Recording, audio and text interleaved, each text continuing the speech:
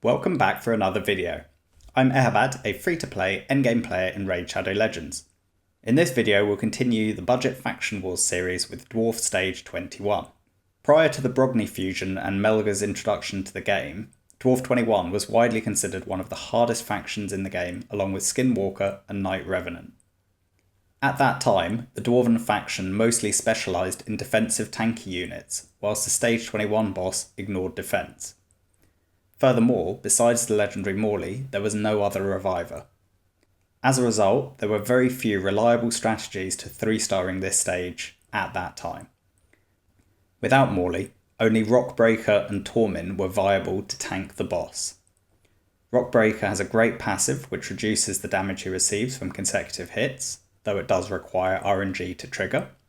Tormin, meanwhile, can self-revive via his passive. Subsequently, with Brogni providing huge shields, healing and 2-turn block debuffs, this boss instantly became a cakewalk for anyone fortunate enough to have him. Whilst if you have Melga, since she can revive 2 champions via a 3, it is possible to cheese the boss and rely on her revives to ensure the 3-star. However, today I will showcase the old school technique of an HP tuned team with Rockbreaker as the tank, albeit he is only a level 50. In addition, we'll be using Geomancer as the main boss DPS, because it's Geomancer and everyone loves that fiery dwarf. There is some speed tuning here also to ensure that Grizzled Jarl goes last, giving us 1 turn of block debuffs and avoiding the nasty stuns and fears that come from the boss. So let's jump into the run and see how it goes. Take it off auto. So I don't really have a proper DPS champion or wave clear here, so it could be a little bit slow, but we'll see how it goes.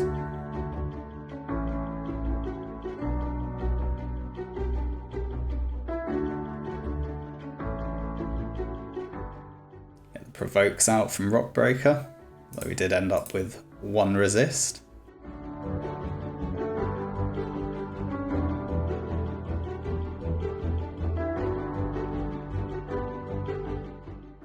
Increase our defense, get a little TM fill.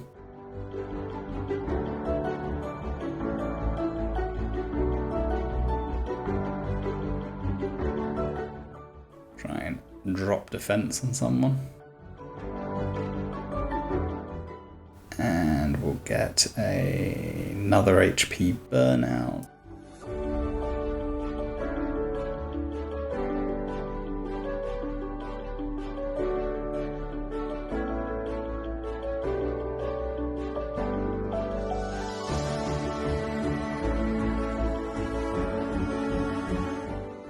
The waves shouldn't be too difficult, but they will be pretty slow.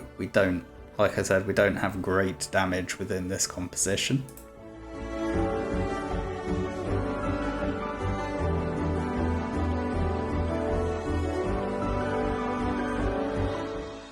But I have built both Rearguard and Grizzled with a bit of damage to try and give us some way of clearing this without it taking too long.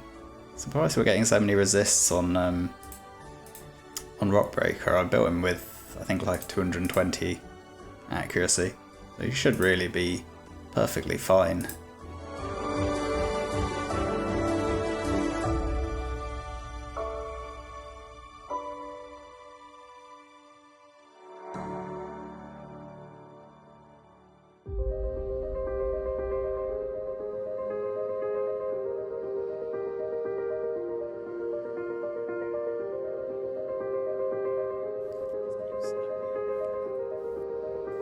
So I'll just keep managing this fight. There's nothing particularly special on wave 1, and we'll just rejoin once we get to wave 2.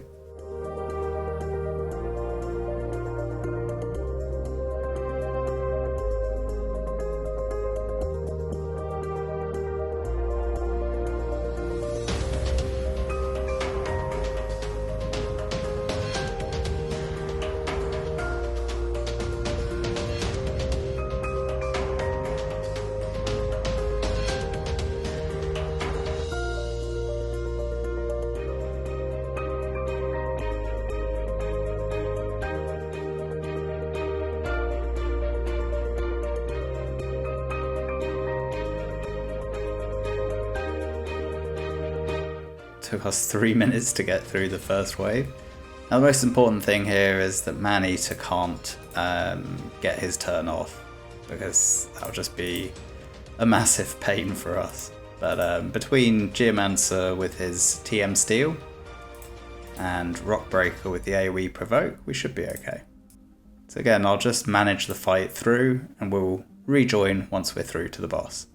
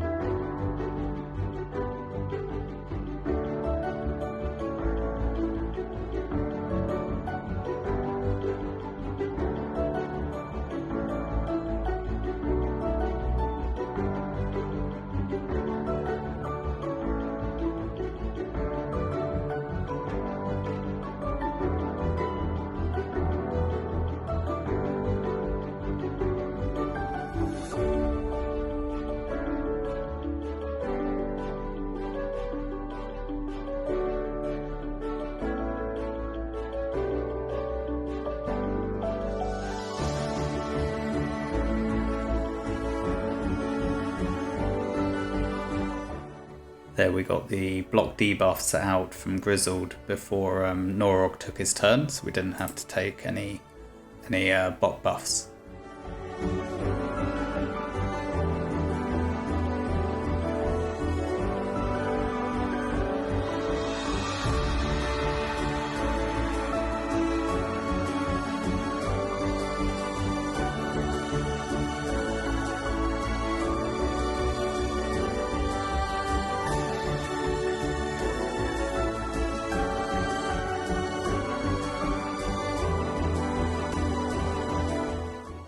At this point I'm just going to cycle through so we have all of our skills off cooldown for once we go through to the boss.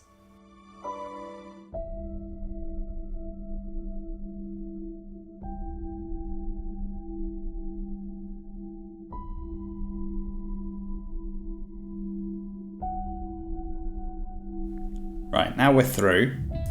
The boss is going to open with this True Fear stun mechanic. He'll place a True Fear on one champion, which will be the one he'll attack, and stun on everyone else. These debuffs can't be resisted, so I'm actually not going to open with Geomancer's A3 because I want the boss to take his turn whilst I have block debuffs from Grizzled. So I'll just open with an A1. I will happily try and decrease the attack on the boss though, and I won't use Rockbreaker's A2 because it gives a counter attack. The boss will ignore Rockbreaker if I use that ability, so I'll have to A1 only with Rockbreaker against the boss. At this point with Rearguard, I could either put up the Ally Protection Continuous Heal, but I'm going to save that. And instead I'm going to try and get a big decrease attack on the boss instead. And then with Grizzled, as we mentioned, put on the block debuffs. So that's all blocked. And you should go after Rockbreaker. Now at this point, get the HP burn on the boss and the weaken. Give myself a little TM feel and a little heal. A1 with Rock Breaker. We don't need to use the ally protection yet, so we can just A1 there. With Geomancer, we'll just A1. And with Grizzled, we'll just A1.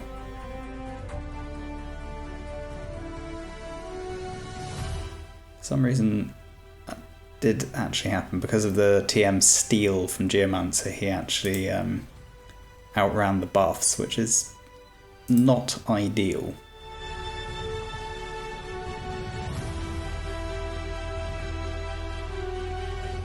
That is in fact a problem. Try and get the decrease attack on again.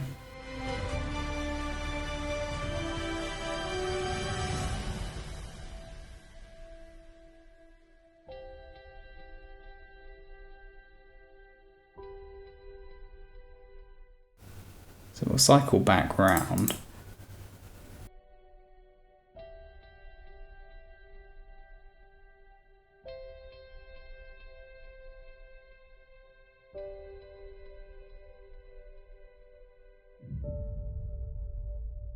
And we'll steal the turn meter, which will give me enough time to potentially try and get Geomancer healed up.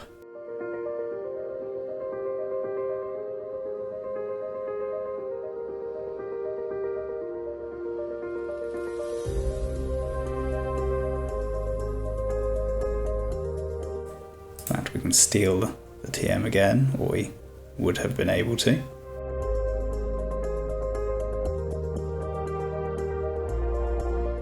Oof, big crit. Get the heals out.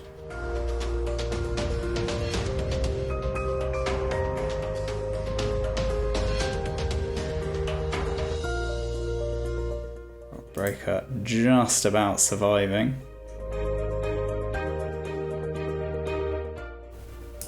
Try and get the decrease attack back on the boss.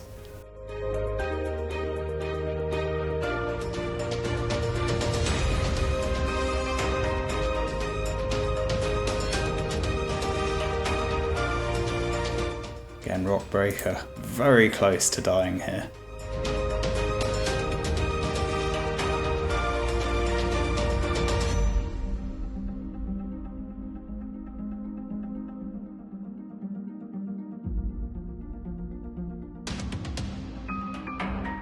Little TM fill and heal.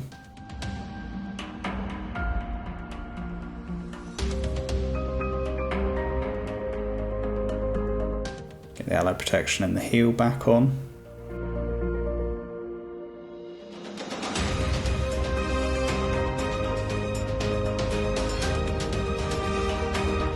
Heal rearguard with that. Get the decrease attack on. And back to Rock Breaker again. Get the decrease attack back on. A1 with Rock Breaker. A1 with rearguard, and there we go. Not easy. So what did we learn? I would say don't take Geomancer into this.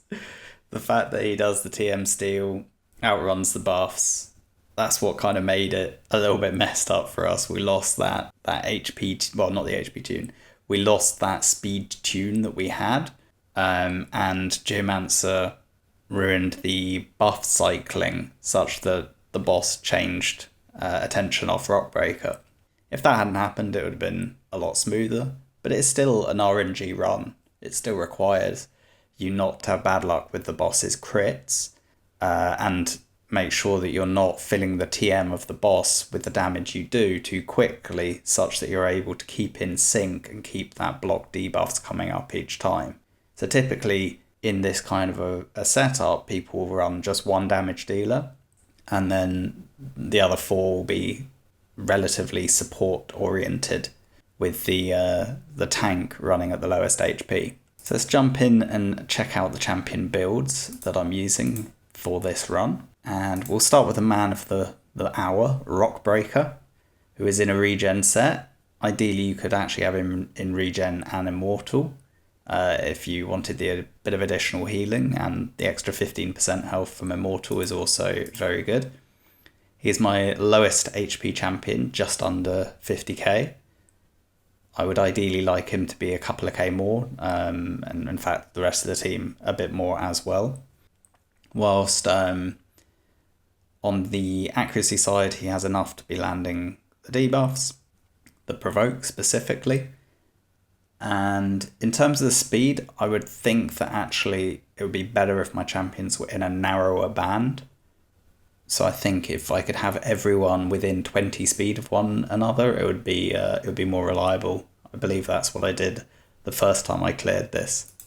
The skills are done. They are very important, particularly the proc chance on the A3 is very important. And then obviously having the lower cooldown on the A2 is great for wave control. You know, he has a place provoke, so it'll work on any affinity, and it's great wave control throughout the entire faction. So after Rockbreaker, we can have a quick look at Avir. Similar speed to Rockbreaker, a little bit more HP to make sure that Rockbreaker is the one being targeted, so Avir has 4k more. And just enough accuracy to be landing the debuffs, but frankly, that's not necessary. Avir's not bringing, in this composition, any debuffs that are really needed. So you can run him without accuracy and it would be fine. The skills are predominantly done, particularly the A2 and A3, but there are no masteries on this champion. Then Grizzled, as I mentioned, the slowest champion in my team. Again, HP well above Rockbreaker, and enough accuracy to be landing the debuffs. I have tried to build Grizzled with a bit of damage because I don't have a recognised damage dealer in this composition, as you could see with how long the waves took. The skills are done on the A2 and A3, nothing on the A1. And he used to be a clan boss champion of mine, so the masteries are done.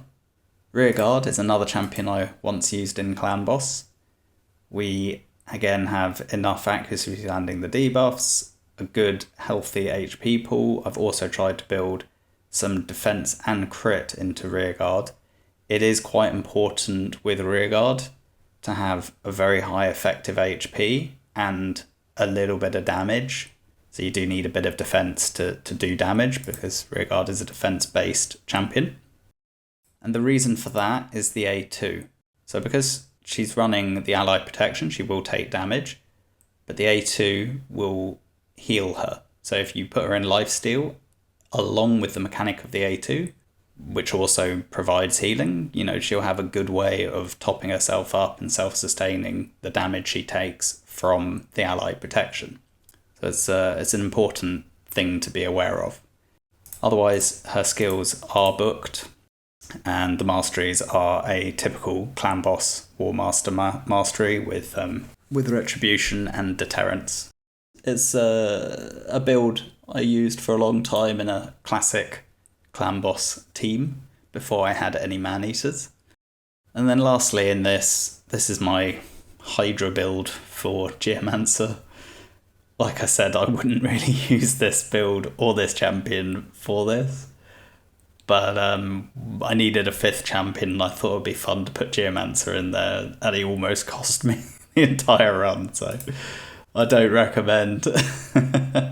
Anyway, enough HP to not be targeted, good general effective HP, more accuracy than you need for this faction war clear, and definitely quicker than you need as well. You don't need to run any of the champions as fast as that to clear faction wars. I'd prefer in Geomancer's place any traditional damage dealer. For me, Geomancer's skills are done, and in terms of masteries, this is a Deterrence War Master Geomancer back from when I used to use him in Clan Boss. I've never changed the masteries. It wasn't the smoothest of runs, and if people have interest in me trying different compositions, I'm more than happy to. I don't have everyone, but I actually have quite a lot of dwarves. A good number of the legendaries. I have it says I have all the epics, but I don't actually have Demitha, as I used her in a fusion. But besides that, I have all the other epics. Not really any of the rares, to be honest. Got a few, but not too many. There are actually some very good rares for Faction Wars, to be honest. Like, Kurzad is surprisingly good. You know, he has 2 AoE skills on the A2 and A3, with a little bit of a TM fill there, and this increased accuracy, decreased defense AoE is actually pretty good, you know. And then a decreased speed is also very good. So like, Kurzad is actually very good for Faction Wars. As is Dilgol. You know, another decreased speed on the A1, decreased accuracy, doesn't really work against the boss. And then you also have this big decreased defense. You know, good abilities on Dilgol and Kurzad to be able to deal with Faction Wars. And then obviously everyone's favourite, Master Butcher, because of this heat exchange for Bommel, but it doesn't work in Faction War 21 because it doesn't work against bosses. Obviously, when I was mentioning about how OP Melga and Brogni were, Demitha is another example of a champion that is just going to be unbelievable against this boss on a 3-turn cooldown, block damage, continuous heal. Fantastic champion as well, though I think you would need to be speed tuning in quite a specific way. And if you want to do this fast, Herndig and Brogni together are just the best. There's just no one else that comes close. I hope this has been helpful. I hope this gives you some ideas on how to build your team and how to beat the Faction War stage. And I'll leave you by running the team I used to farm it.